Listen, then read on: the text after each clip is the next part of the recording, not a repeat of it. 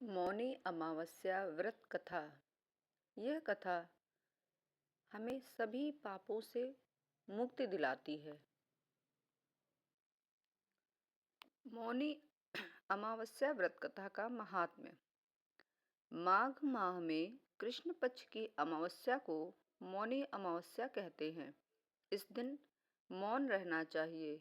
इस व्रत को मौन धारण करके समापन करने वाले को मुनि पद की प्राप्ति होती है।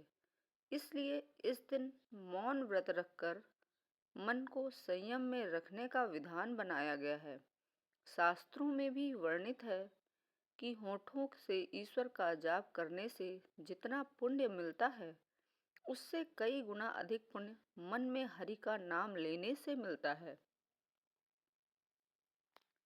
मौनी अमावस्या का पूजन और विधि विधान। मौनी अमावस्या के दिन संगम में स्नान करना चाहिए। स्नान करने के बाद मौन व्रत संकल्प लें।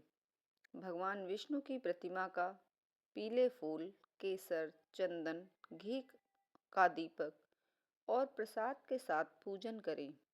भगवान का ध्यान करने के बाद विष्णु चालीसा या विष्णु सहस्त्र नाम का पाठ करें। ब्राह्मणों और गरीबों को दान दक्षिणा जरूर दें। मंदिर में दीप दान करना ना भूलें। शाम को धूप दीप से आरती करें।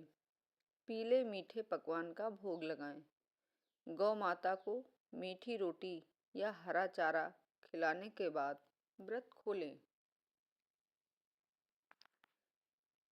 व्रत कथा। कांचीपुरी नगर में देव स्वामी नाम का एक ब्राह्मण रहता था। उसकी पत्नी का नाम धनवती और पुत्री का नाम गुणवती था। उसके 7 पुत्र थे। देव स्वामी ने 7 पुत्रों का विवाह करने के पश्चात अपनी पुत्री के विवाह के लिए योग्य वर की तलाशी के लिए अपने बड़े बेटे को नगर से बाहर भेज दिया। और इसके बाद देव स्वामी ने अपनी पुत्री गुणवती की कुंडली एक ज्योतिषी को दिखाई। ज्योतिषी ने गुणवती की कुंडली देखकर कहा, सप्तपदी होते होते यह कन्या विधवा हो जाएगी। यह बात सुनकर देवस्वामी अत्यंत दुखी हुई और इसका उपाय पूछने लगी। ज्योतिषी ने उपाय बताया। इस योग का निवारण सिंघलदीप वासिनी सोमा नामक धोबिन को घर बुलाकर उसकी पूजा करने से ही संभव होगा। यह सुनकर देव स्वामी ने अपने सबसे छोटे लड़के के साथ अपनी पुत्री को सोमा धोबिन को घर लाने के उद्देश्य से सिंघलदीप जाने के लिए रवाना किया। वे दोनों समुद्र के तट पर पहुंचे और समुद्र को पार करने का उपाय सोचने लगे, लेकिन कोई उपाय नहीं सूझा।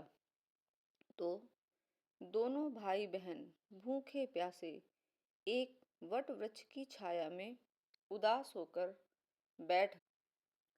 उस वृक्ष के नीचे गिद्ध के बच्चे रहते थे।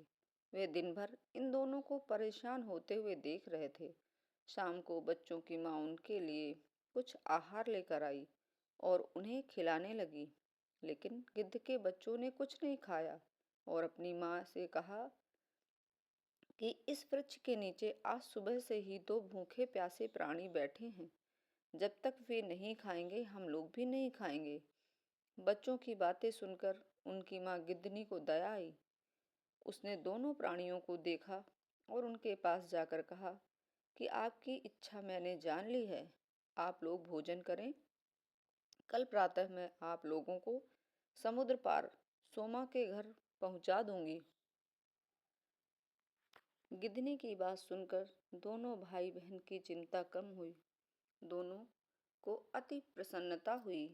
उन्होंने गिद्धनी को प्रणाम कर भोजन किया। प्रातः होते होते गिद्धनी ने उन्हें सोमा के घर पहुंचा दिया, जिसके बाद वे सिंघलदीप वासिनी सोमा नामक धोबी को घर लेकर आई और उनकी पूजा की, जिसके बाद उनकी पुत्री का विवाह हो गया। धन्यवाद।